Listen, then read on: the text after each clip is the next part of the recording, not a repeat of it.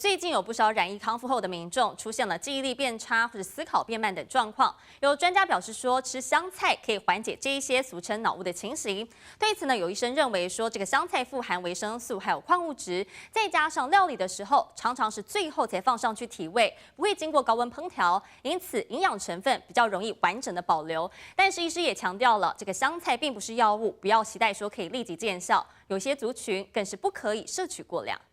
小吃里加点香菜，有人超爱，但也有人把它视为噩梦。不过近期香菜又引发讨论，因为有专家表示，吃香菜可以让确诊后出现记忆力变差或思考变慢等患者减缓脑雾的情况，这是真的吗？根据一些现代药理的研究，它有抗癌、脑部的发炎有改善作用。脑雾有可能是脑的一个慢性的微发炎，那当然神经传导讯号需要一些维生素，所以香菜的确有助于这个脑雾的改善。中西医一致认为，对于患者恢复有辅助功效。看看香菜富含维生素 C、B1、B2 等，还有其他矿物质，而且通常香菜入菜常常是最后才丢上去做提味，不会经过高温烹调，因此营养成分比较容易完整保留。根据台湾癌症基金会引述国外的动物实验发现，香菜萃取物有抗癌、抗发炎的功效，但应用在人类身上有没有这种效果有待评估。医师也强调，香菜不是药物，不要期待可以立即见效。它有辅助的作用，但是实际上你要专门用它来治疗，可能有一些中药它的效果更胜于香菜。它是一个高钾蔬菜，有一些肾功能不好的患者，如果吃了这个香菜吃过量的话，有可能会造成这个肾功能恶化。那除了香菜之外，我们也会建议说，可以摄取一些深海鱼等等，富含 omega-3 这种多元不饱和脂肪酸，它有天然消炎的效果。其他富含维生素的新鲜蔬果，像是苹果、凤梨等，也可以多元摄取，都有助于染疫后恢复身体健康。记者杨文浩推报道。疫情期间，水果成为了补充营养素的来源之一，但是该怎么清洗才正确呢？以前是说要用盐巴来清洗草莓、葡萄，才可以把农药洗干净。但是有专家就说了，这个盐水会改变渗透压，反而是会让农药跑到蔬果当中。而另外常见的小苏打或是醋也不可以用来洗水果，因为农药是复合型的，没有办法酸碱综合，反而是让农药附着在水果上。唯一的清洁方式就是水，再搭配上平常洗脸用的洗脸刷，才可以带走残余的农药。老板，谢谢。没。从传统市场或超市买回来的水果，该怎么清洁才不会把残留的农药吞下肚呢？就直接用水灌，然后搓一搓。葡萄、番茄没办法一颗一颗的，其实就这样搓一搓，用盐巴水泡一泡，搓一搓。担心有农药残留，许多民众习惯用盐巴水来清洗水果。不过专家看得直摇头，因为这动作不但不需要，可能还有反效果。这些蔬果的农药最多的还是水溶性，你加盐的时候会改变渗透压，反而让农药跑到蔬果。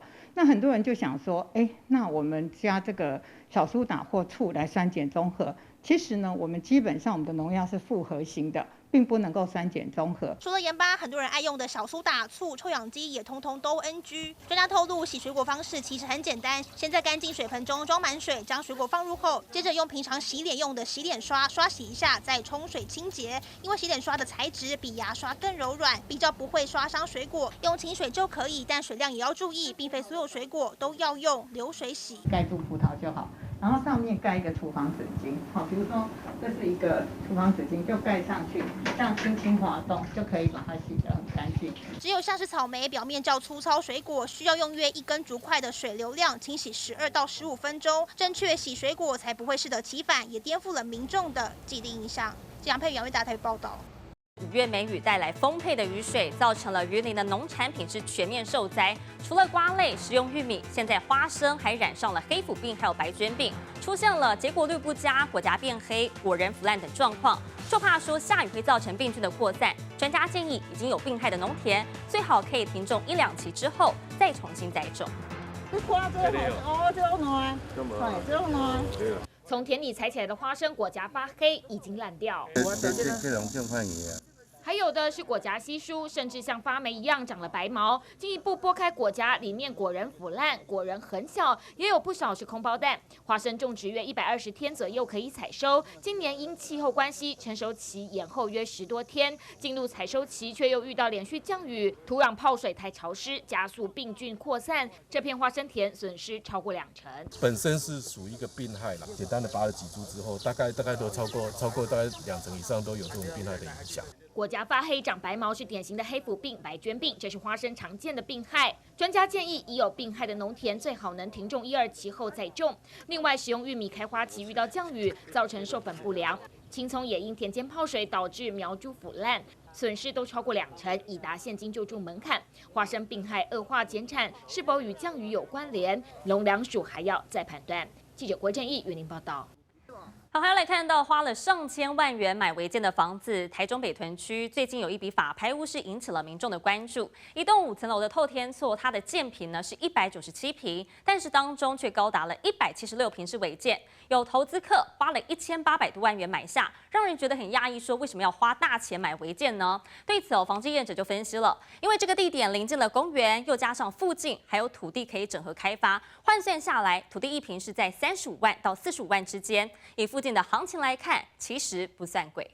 北屯区河祥街上，放眼望去，一整排只有这栋5层楼高的透天厝格外突出，最显眼。原来它有绝大部分都是违章建筑。尾下伊迄度2楼有检查好再去批起。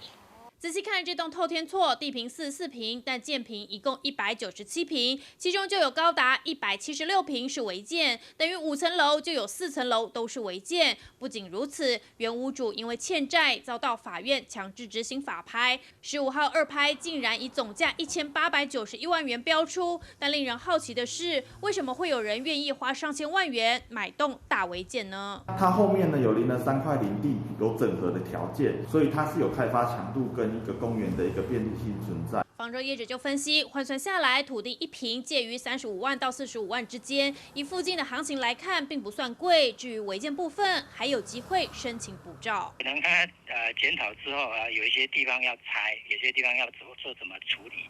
就看相关规定。花近2000万买21坪的法拍屋，送176坪的违建，只是违建本身估价连市价的3成都没有。若是分成套房出租，以当地的行情，一间大约能租7、8千块，当现成的包租公也不错。只是违建不知哪天被拆，这风险屋主还是得自己承担。记者吴府燕台中报道。